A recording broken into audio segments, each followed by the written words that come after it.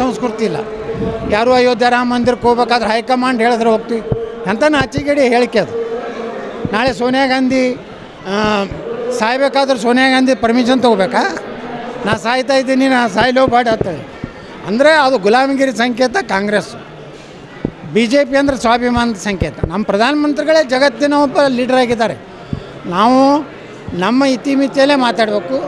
ಸಿದ್ದರಾಮಯ್ಯನವರು ಅಂಥವ್ರಿಗೆ, ಸಿದ್ದರಾಮಯ್ಯನವರು ಒಬ್ಬ ಭಟ್ಕಳದ ಒಬ್ಬ ಭಯೋತ್ಪಾದಕನಿಗೆ ಅವನು ಇವರು ಹೊತ್ತು ಮಾತಾಡ್ತಾರೆ.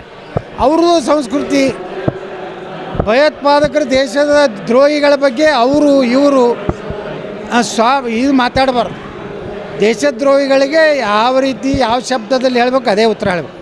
ಅದಕ್ಕೆ ಸಿದ್ದರಾಮಯ್ಯನವರು ಏನು ಅನಂತಕುಮಾರ್ ಹೆಗಡೆ ಅವ್ರು ಹೇಳ್ತಾರೆ, ಅವರು ತಮ್ಮ ಸಂಸ್ಕೃತಿಯನ್ನು ಬದಲಾವಣೆ ಮಾಡ್ಕೋಬೇಕು.